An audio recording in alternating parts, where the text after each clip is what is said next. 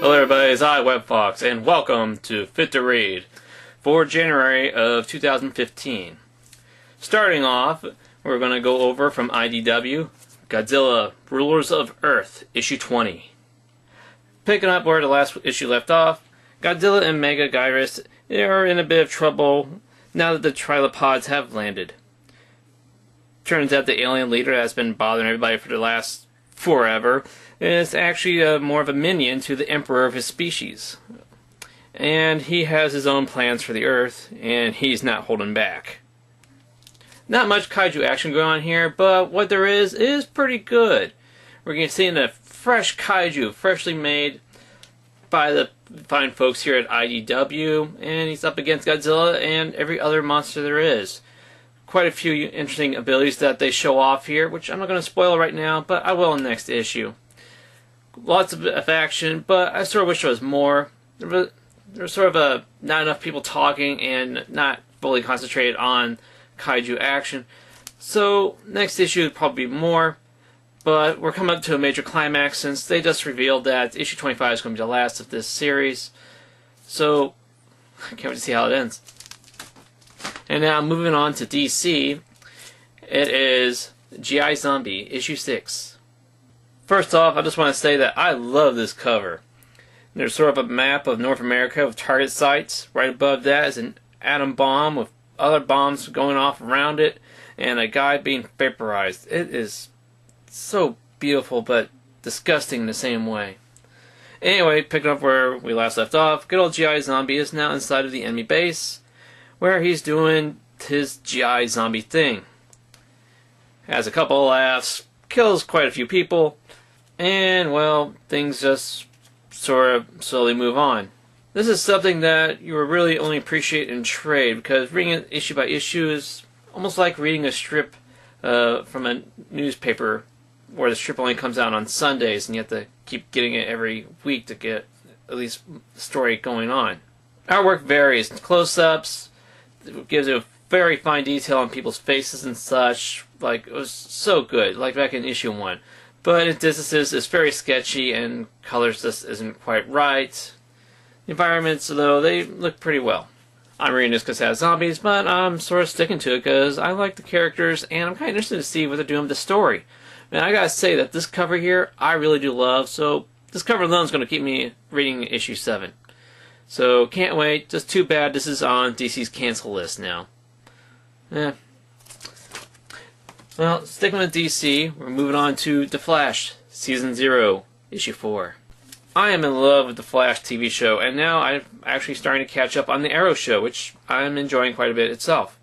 Issue 4 here closes the first story arc of The Flash Season 0. The Flash is comatose thanks to the ringmaster over at the circus, so it's up to the gang at Star Labs to figure out what the plan is that the circus is pulling off, how to heal Flash, and also stop the circus. I'm enjoying this, not as much as the show, but it's an interesting read. I can really see this as an episode on the show. The artwork is alright, seems to be a little simplistic in some spots, or just not really gelling for me. We get like a little background on a couple characters, like Eddie and Iris, just a little. And also a whole circus of metahumans is a bit far-fetched to me, especially what their powers are. If even most of them do have powers. One guy throws a knife. I guess that's a power. I don't know. So they seem to be pulling out a lot of things here. But I really like the show, so I'm going to stick with this a little longer, see how it goes. I mean, this first story arc was alright, but not really something that really fits into well the show. I mean, it seems like you sort of stick it in there almost anywhere. But hey, that's just me. So now we're moving on from DC to Marvel with S.H.I.E.L.D. issue 2. Now, issue 1 was a blast, and I gotta say, issue 2 sort of does keep the momentum going. Simmons and Coulson have to infiltrate Miss Marvel's school while looking for somebody who's selling black market supervillain weapons. Hijinks ensues. The art is great, the story is well written, and very, very charmful, and quite a bit funny. You got Miss Marvel, a fangirl, and you got Coulson, the fanboy. and you got Simmons sort of in between. So this is really good. I'm sticking with this for sure. I love the show also. One thing I'm not really getting is the whole Fitz and Henry Cybermonkey strips at the end of the books. This second strip that they had, and I'm not finding it funny or interesting. The artwork is pretty simplistic, but cute in its own way. So besides that last page, this is a very good Marvel book. Stick with Marvel, we move on to Ant-Man, issue 1. I knew little bits and pieces of Ant-Man throughout the years, but now with a new movie coming out, they're happily giving out as much information that they can so people can be ready for it. This follows the second Ant-Man as sometime after he's brought back to life from his daughter, I think it was. So now he's trying to get back on his feet so he can get custody rights. What better way than to work in the company owned by one of his best friends, Tony Stark? He has to keep his eye on the ball as he tries to get through one of the toughest interviews he's been through. The thing is, which ball is he keeping an eye on? Tony, the women, his daughter, his career? Very charming read. I really did enjoy it. Gave this second Ant-Man some heart to me, and so I am looking forward to the Marvel movie. I'm looking forward to all Marvel movies, but this just gives a little extra to it. Tony Stark was pretty good in it. Introduce a couple other heroes, probably B or C-listers, probably D-listers as far as I know. But it's really about Ant-Man and what he's doing to get his life together. I like it. I'm not going to follow it, but from here, looks like it's going to be a pretty crazy ride for him. So, sticking with Marvel, we move on to, oh my goodness, it's the premiere of Star Wars issue 1. Naturally, I was going to get this since I'm a Star Wars fan, and also it's interesting to see what Marvel's going to do with the whole new storyline. Han Solo, pretending to be an emissary for Jabba the Hutt, infiltrates an Imperial base where they're building weapons of every and all kinds. Hijinks quickly ensues. Where it ends is not a good spot for everybody. Artwork is very well done. The characters are quite charming, and it works. I like it. Definitely pick up issue 2 because I liked issue 1 and I like to see what's going to happen. As for the Princess Leia and Darth Vader books, yeah, I probably will. At least the issue 1s anyway. But I'm not really seeing myself sticking to this completely. And now moving on to Dark Horse with Alien vs. Predator, Blood and Stone, issue 4 of 4. Well, apparently now everybody has accelerant in their blood. Whoa, whoopee-doo. It's Predator versus Super Droid. Altered human against altered predator. And we got xenomorphs running everywhere. I'm quite happy that I stuck with this story because it does give a good amount of closure and also it makes you feel for the characters. Well, the ones that are able to speak anyway. This is something that, I gotta say, is a good follow-up for the Prometheus comic and also the Prometheus movie. It doesn't really answer stuff, but it gives you an idea of what they were working with in the movie and the first comic series. I'm glad I stuck with this book. Like the other issues, it had a very good art style. Not as good as Prometheus in my opinion, but I kind of like the way that it was sort of stylized and a bit gritty. This is a pretty clear, very beautiful artwork in here too. And also, it sort of gives a little closure and tells you what you're dealing with. Doesn't really answer stuff from the Prometheus movie, but sort of gives you an idea of what the whole idea was that they're trying to get across. So I say definitely pick up the Prometheus books and these books if you want to sort of expand what happened on the Prometheus movie. But staying within the same storyline, also from Dark Horse, it's Predator, issue 4 of 4. Of course, the Fire and Stone thing again.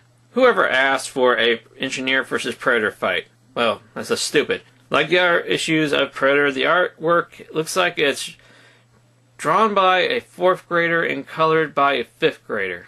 Not much story going on here. It's mostly fight because the two that are fighting are two superpowered beings that don't speak English. I gotta say, it's a pretty interesting fight, but I kinda expected more. I think I've seen the Predator fights in the movies a lot better. Besides the whole Predator versus Engineer fight, this series is pretty much a pass. Sure, you get to know what happened to the characters from the other books into here, but the artwork's not that good. There's not much story because two of the main characters are super beings that just fight most of the time that don't even speak English. Then again, it is the lead up to the Prometheus Firestone Omega comic, which is supposed to close this whole story arc. But I'm kind of guessing that we'll be able to read that by itself without this. If you're a Predator fan, sure, pick it up, but I'm not sure. I really doubt this is going to be what you're looking for. Now, move on to Image. It is Tooth and Claw, issue 3. I know that they changed the title to the Autumn Lands Tooth and Claw, but I'm going to keep it with Tooth and Claw. So the mages are still trying to cope with having their champion there, being attacked, all their magic being gone, and their city destroyed, and about, I don't know, 99% of them dead. Of course, that doesn't stop them from fighting with each other, because, you know, they're animals. The champion overlooks the place, gives his opinion on things, and you can sort of see that he's playing things his own way, because, hey, he's a human in a society run by animals. Of course he is. There's the constant threat of the bisons coming back. Factions are trying to form across the mages.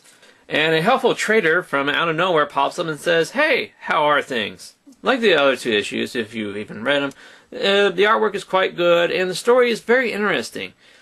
It reveals little by little of how the world works, but there's still so much that we want to know. So I'm sticking with this for a while, as long as it stays $3, of course. That's a selling point right there. $3, and whatever ads there is, it's stuck in the back, so it's a pretty much straight book.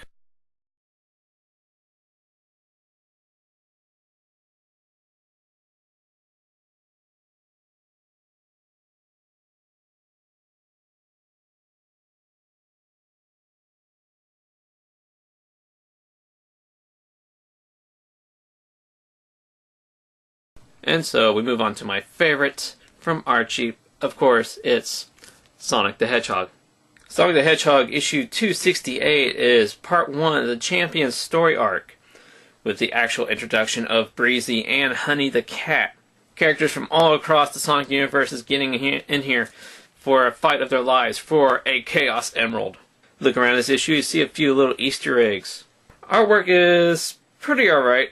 Some pages are good, but others not so much. Mainly in the casino, a lot of characters that are just in the background just to fill in. They're just really sketchy and not well finished. Even there's a few scenes with Breezy where she sort of looks like that she was colored in with a colored pencil.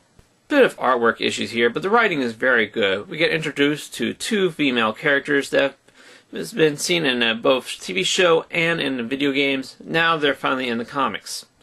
I do like the opening where it sort of reenacts the boss battle from one of the Sonic games. So, yeah, Sonic Fighters, the comic. I'm very excited. We got Honey the Cat. We're going to see that Breezy's going to be a player in this world. And, of course, Eggman's not going to play fair. And hopefully I'll get my hands on the variant cover in the next issue, because it looks pretty goofy. And sticking with Archie, we move on to Sonic Universe, issue 71. Taking place right after the Sonic issue I just talked about, Sonic Universe, Spark of Life, number 1, is the start of the story arc about Nicole, the computer program. It's up to Sally, Tails, and Big to help Nicole save her creator from this mysterious computer thing. Is Phage part of Eggman's group? Dark Gaia related? Or somebody else? Maybe even Nagus. We haven't seen him since the whole reboot. Unlike Sonic, the artwork in here is perfect all about. We get images of the digital world, which we've hardly ever. Also, we're going to learn the backstory of Nicole, the new universe backstory, because there wasn't really much one in the old universe. So, hey, that's something. And a new bad guy. They sure are bringing out a lot of these bad guys. You know, fill in the gap of all the ones they had to delete, but interesting. Also, hey, Big's a major player in this, so any Big fans, which I seriously doubt, but I'm pretty sure that they're going to make sure he's redeemed in the comics for sure. And now we move on to Sonic Boom, issue 3. Picking up right where issue 2 left off, Amy's missing her hammer. And everybody knows that her key trait, besides being the girl, is that she has a hammer. So her life is pretty much meaningless, at least in her eyes.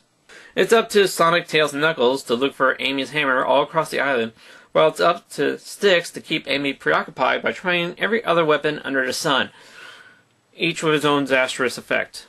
Of course, Mega Man's not going to sit around. He still is rebuilding his big boy mech to let loose on the island again. Great artwork, of course. Funny story. Not bad. I'm liking this. It's like that we got sort of a connecting story arc here. So, kind of interesting to see how long they'll keep this up, because I kind of thought this would be more of an issue-by-issue thing, but there's sort of little connections. But I am liking this. Let's flesh out the characters in their own way. Quite silly and funny. So that's why I also got Sonic Boom issue 4. Now this issue could just be a starting point, you could say, because it takes place shortly after issue 3. I don't know, like a day or so. Eggman is attacking Sonic and friends with his big boy mech again. Only this time he is actually prepared and he might win. Unless Styx comes around and shows off her ultimate weapon that she found at the end of the last issue. Whatever that may be. Again, this issue is quite silly, funny, beautiful artwork. And this could be a nice closing to the story arc. Then again, on the last page, sort of shows that it's linking to the next issue. Anyway, it's a real highlight for these new Stick fans. Who's a Stick fan now, because she's still a pretty new character. And I really do enjoy this variant cover of Eggman riding a T-Rex skeleton. And also Stick's face is pretty funny in it. So, yeah, I gotta say that if you like Sonic Boom the cartoon, which is very good, then you should definitely pick up the comics. It fits in it with it very well. Or you can just get the comics and support the comics. Buy the comics. Even though they're $4 a piece, buy the comics. And now we close off with Sonic Super Special Magazine, issue 13, with more Sonic Boom. A lot of Sonic this month, and oddly no Mega Man. Like all other Sonic Super Specials, there's a letter column. But since it's supposed to be like a Sonic Boom issue, they go over all the different types of Sonic Boom there is. The 2 games, the TV show, and the comic. Hey, for kicks, they even have the first issue of the comic printed in here, which is its 3rd printing then. There's the issue, the latest Supersonic Digest now, the Supersonic Magazine. They're really pushing this first issue.